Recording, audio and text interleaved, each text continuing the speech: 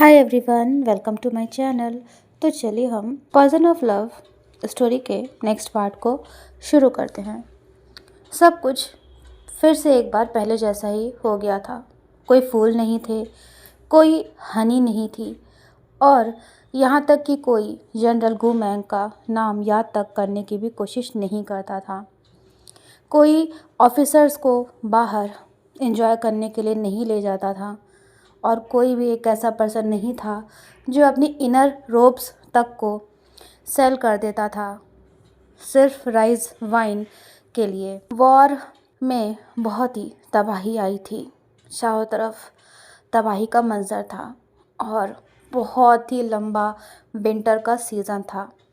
हालांकि अब ज़्यादातर नॉर्थ फ्रंटियर आर्मी के जो सोल्जर्स थे वो गुमैंग को बहुत ज़्यादा हेट करते थे और शायद इसीलिए जब जनरल गुमैंग का टॉपिक फिर एक बार आया तो उन सब के जो रिएक्शंस थे वो कुछ ज़्यादा अच्छे नहीं थे। लेकिन कुछ लोग ऐसे भी थे जो जनरल गुमैंग के साथ युद्ध में लड़े थे और वो पुराने सोल्जर्स थे जिन्हें वांगबा आर्मी के नाम से कहा जाता था। जब कभी भी गुमैंग का नाम लिया जाता था उस वक्त उन पुराने सोल्जर्स की आंखें थोड़ा चमक सी उठती थीं। एक सोल्जर ने कहा, मुझे नहीं पता था कि गुमैंग के साथ ऐसा होगा, उसको ऐसा एंड मिलेगा। वैंगशु जुन एक टायरेंट था, मतलब एक तानाशाह, एक अत्याचारी राजा था और हिज मैजेस्टी ने गुमैंग को वैंगशु जुन को सौंपे जाने का आदेश दे दिया था और इस वजह से मुझे डर है कि गुमैंग की बहुत ही बुरी हालत होने वाली है। मुझे नहीं लगता है कि उसके साथ कुछ भी अच्छा होगा। मुझे यकीन है कि वो ज़रूर मरेगा, उसकी डेथ निश्चित है। एक एम्बिशियस पर्सन को भले ही लोग नफ़रत की नज़र से नहीं देखते थे, लेकिन जो ट्रेटर्स होते थे, यानी कि जिन्होंने देश को धोखा दिया होता है, जो गद्दार होते हैं, उन्हें पनिश किया जाना ज़रूरी था और वो पनिश भी किए जाते थे। लेकिन सिर्फ वांगबा आर्मी के जो पुराने सोल्जर्स थे वो अभी भी एक साथ रहते थे, जहाँ पर अक्सर वो गुमैंग की बातें क्या करते थे और वो गुमैंग के बारे में कुछ भी उल्टा सीधा नहीं कहते थे, नहीं तो उसके बारे में नफ़रत भरे शब्दों का इस्तेमाल करते थे। जैसे जैसे ये बातें और ज़्यादा बढ़ने लगी, जो एल्डर्स थे, पुराने सोल्जर्स थे, उनका जो एंथुजियाज्म था वो अब पहले से काफ़ी कम होने लगा था। उन्होंने गहरी सांस ली और कहा, वो यानी कि गुमैंग एक बहुत ही अच्छा पर्सन था, एक ग्रेट मैन था। अगर उस वक्त उसने ऐसा ना किया होता जो उसने किया था तो शायद उसकी किस्मत में ये ना लिखा होता। तब एक दूसरे सोल्जर ने पहले सोल्जर को बोला, अपनी आवाज़ धीमे करो, तुम्हारी हिम्मत कैसे हुई इतनी ओल्ड स्टोरी को फिर से बयान करने की, क्या तुम जीना नहीं चाहते हो? तो जो पुराना मतलब ओल्ड वेटरन सोल्जर था वो कहता है, ओप्स, वो सब ड्रंक थे, इसलिए उन्हें खुद नहीं पता था कि उन्हें इस बारे में बात करनी भी चाहिए कि नहीं। वो सोल्जर अपने सेंसेस में आता है, उसे यकीन था कि अब वो फिर से गलती नहीं कर सकता है। उस सोल्जर के बगल में जो एक सोल्जर बैठा हुआ था वो कहता है, अब हम जनरल मो यानी कि जनरल मोशी के अंडर काम करते हैं और जनरल मोशी जिसको सबसे ज़्यादा हेट करते हैं वो गुमैंग है। ऐसा नहीं है कि तुम्हें जनरल मोशी के गुस्से के बारे में नहीं पता है। अगर उन्होंने तुम्हें ऐसी बातें करते हुए सुन लिया गुमैंग के बारे में तो तुम्हें पता है ना कि हम दोनों को ही सज़ा मिलेगी। तो वो पहला वाला सोल्जर कहता है, हाँ हाँ, मुझसे गलती हो गई, तुमने जो कहा वो बिल्कुल सही कहा। मुझे देखो तो मैंने ज़रा सा ड्रिंक क्या कर लिया, मैं तो बिल्कुल कंफ्यूज हो गया। जो सोल्जर्स फायर के अराउंड बैठे हुए थे उन्होंने एक भी शब्द और नहीं बोला। वो सिर्फ चुपचाप उस जलती हुई आग को देखते चले जा रहे थे। उन सबके माइंड में कुछ चल रहा था।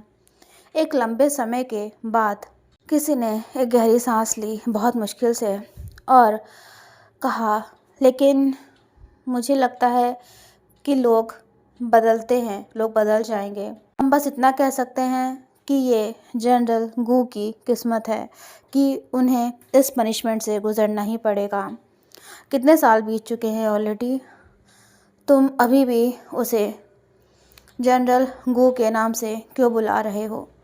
ये दूसरा सोल्जर पहले वाले सोल्जर से कहता है।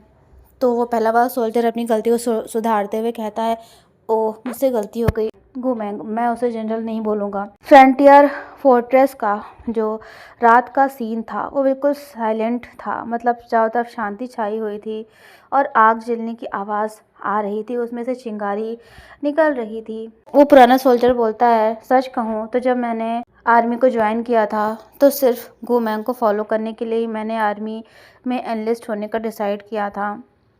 यहाँ तक कि मैंने गुमैंग के साथ ड्रिंक भी की थी बोन फायर के अराउंड बैठ करके, और गुमैंग में बिल्कुल भी कोई एरोगेंस नहीं थी। उस वक्त पर मैं जब भी उसे देखता था तो मुझे हंसी आती थी और मैं सोचता था कि अगर कोई एक ऐसा दिन आया जब मैं गुमैंग के साथ बैटल में अपनी जान गंवा दूंगा तो शायद ये मेरे लिए एक बहुत ही मीनिंगफुल डेथ होगी। लेकिन किसे पता था कि अंत में गुमैंग को इस तरह की किस्मत का सामना करना पड़ेगा। गुमैंग का पूरी तरह से यूज़ करने के बाद एनिमी कंट्री ने फिर एक बार गुमैंग को चोंगहुआ एम्पायर में गिफ्ट के तौर पर, मतलब वो पीस के तौर पर गुमैंग को वापस भेज रहे थे। गुमैंग ने बहुत कुछ सहा था, उसकी एक गलती ने उसे देश का गद्दार बना दिया था, लेकिन अफसोस कि अब कोई जगह नहीं थी और ना ही तो वापस लौटने का रास्ता बाकी रह गया था। ये कहा जा सकता था कि गुमैंग अपनी ही गलतियों में फंस करके रह गया था। अगर बात की जाए किस्मत की तो इसके लिए गुमैंग खुद से ही जिम्मेदार था, उसने खुद से ही ये सब किया था। गुमैंग वापस आ चुका था। एक मोमेंट के लिए जितने भी लोग थे चोंगहुआ बॉर्डर के अंदर, वो सब अपनी नज़रें ऊपर करके देखना चाह रहे थे कि काश उन्हें गुमैंग को बस एक बार देखने का मौका मिल जाए। वो देखना चाहते थे कि आखिरकार गुमैंग को सज़ा किस तरीके से दी जाएगी, किस तरह से उसे पनिश किया जाएगा। इस तरह से गुमैंग, जो कि पूर्व में जनरल गू था, जो कि चोंगहुआ एम्पायर का एक हीरोइक कमांडर था, वो अब मोशी यानी कि जनरल मोशी का बहुत बड़ा जानी दुश्मन बन चुका था। पलक झपकते ही नॉर्दर्न फ्रंटियर आर्मी ने बॉर्डर को पूरे 2 साल तक गार्ड किया था, यानी कि उसकी रक्षा करी थी, उसकी रखवाली करी थी। सारे सोल्जर्स काफ़ी खुश थे क्योंकि बहुत लंबे वक्त के बाद वो अपने कंट्री में वापस आ रहे थे। युद्ध अब ऑलमोस्ट ख़त्म ही हो चुका था, मतलब ख़त्म हो चुका था। कई सारे सोल्जर्स थे जो शादी करने वाले थे, कई की वाइफ उनका घर पर इंतज़ार कर रही थी और कुछ ऐसे थे जिनके बहुत सारे काम पेंडिंग बचे हुए थे। किसी को अपने लवर से मिलना था, सिवाय जनरल मोशी के। जनरल मोशी के पास कुछ भी ऐसा नहीं था जिसके लिए उन्हें इंतज़ार करना था या कोई उनके लिए इंतज़ार कर रहा था। जनरल मोशी के पेरेंट्स की डेथ हो चुकी थी और उनकी ना ही तो कोई वाइफ थी और ना ही तो कोई कॉन्क्यूबाइन। पूरे चोंगहुआ इम्पीरियल कैपिटल में उन्हीं का आने का इंतज़ार किया जा रहा था। पूरी सिटी लाइट से यानी कि रोशनी से जगमगा उठी थी, लेकिन जनरल मोशी के लिए कोई भी एक कैंडल जलाने वाला नहीं था। जनरल मोशी की आंखों में कोई ज़्यादा वार्मथ नहीं थी, सिर्फ उनकी आंखों में पिछले कुछ सालों में जो युद्ध लड़े गए थे उनकी साइलेंट यादें थीं जो उनकी आंखों से झलक रही थी। यू चेनशिंग जो अभी अभी बाथ लेकर के उठा था, वो फिर से जब नदी के पास गया तो उसने कहा, शीहे जुन सिटी में कल वापस आएंगे। तभी उसकी नज़र जनरल मोशी पर पड़ी, यानी कि यू चेंशिंग की नज़र जनरल मोशी पर पड़ी। उसके चेहरे पर एक मुस्कुराहट सी आ गई। जनरल मोशी जैसे ही यू चेंशिंग के करीब आए तो यून चेंशिंग ने अपने मुंह को बंद कर लिया और उन्हें बो करते हुए कहा, जनरल मो, मुझे यकीन है कि अपनी इस लाइफ में आप आध्यात्मिकता को पूरी तरह से प्राप्त कर ही लेंगे।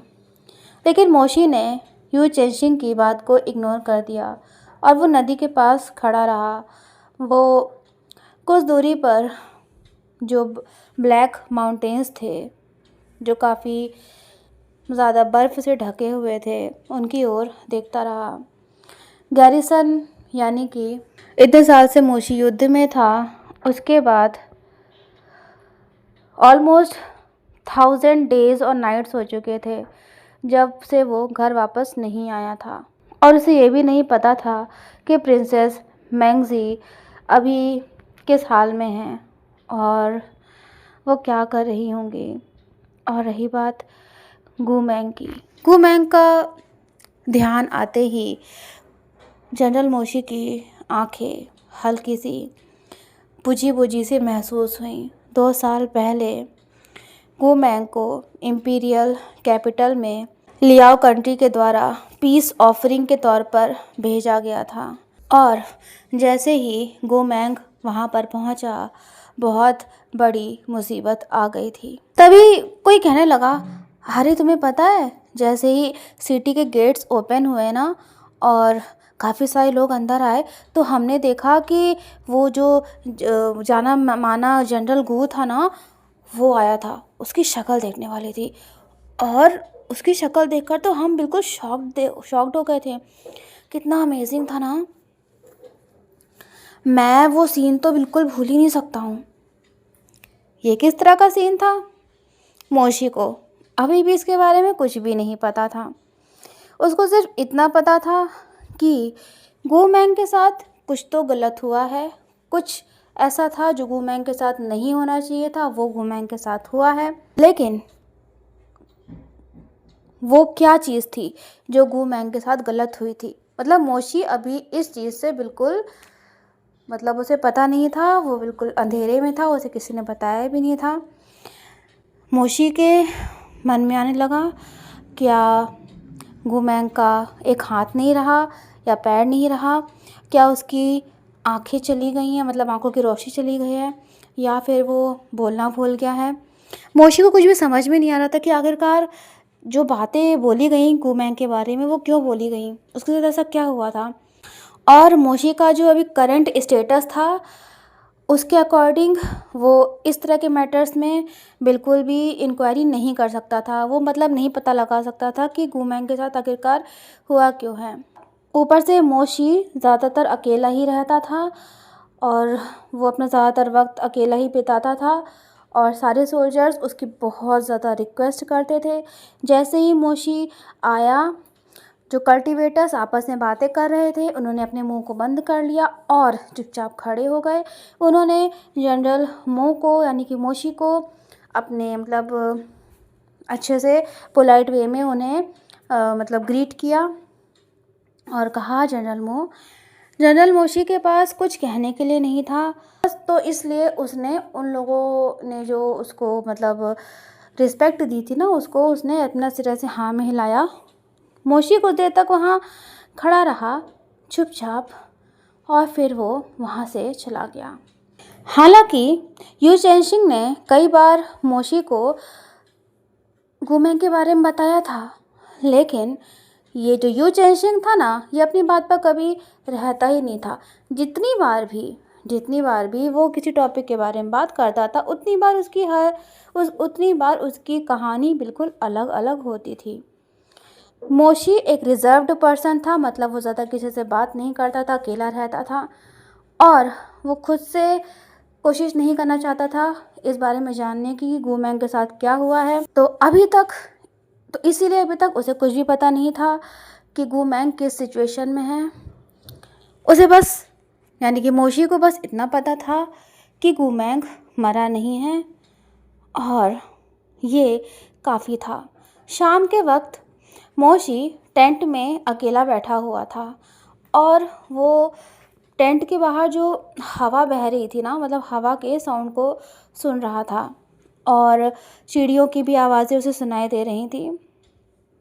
मोशी को नींद नहीं आ रही थी। पिछले कुछ कैंपेन्स में वो ज़्यादातर गुमैंग के साथ ही रहा था। हालांकि वो साथ में नहीं थे,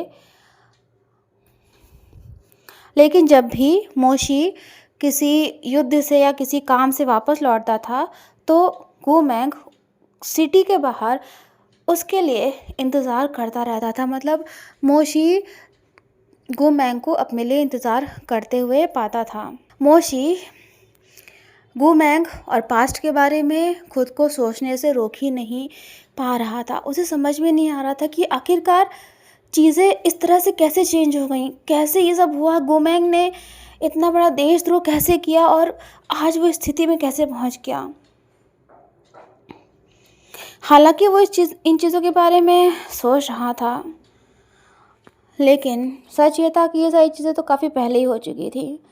जब पहली बार मोशी गुमैंग से मिला था तो उस वक्त गुमैंग एक स्लेव था, लेकिन स्लेव के तौर पर भी मोशी के दिल में एक अलग ही जुनून था, एक एम्बिशन था सोल्जर का। गुमैंग हमेशा से कुछ बड़ा करना चाहता था, लाइफ में कुछ बड़ा बनना चाहता था, लेकिन बदकिस्मती से 9 प्रोविंसेस में जो राज्य अधिकार दिया जाता था ना, वो सिर्फ उन्हीं लोग को मिलता था जो ब्लड के थ्रू रिलेटेड थे। हालांकि जो प्रीवियस एम्परर थे उनके दिल में गुमैंग के लिए एक सॉफ्ट स्पॉट था, क्योंकि गुमैंग एक काफ़ी करेजियस और एक अच्छा जनरल था और इसी वजह से जो प्रीवियस एम्परर थे उन्होंने गुमैंग को जनरल बना दिया था, बजाय इसके कि गुमैंग की शुरुआत एक स्लेव के तौर पर हुई थी।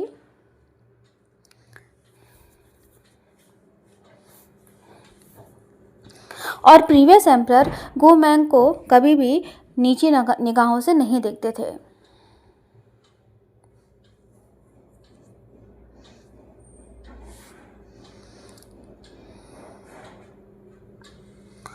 लेकिन प्रीवियस एम्परर के बाद जो न्यू एम्परर आए थे उनके दिल में गुमैंग के लिए वो जगह नहीं थी।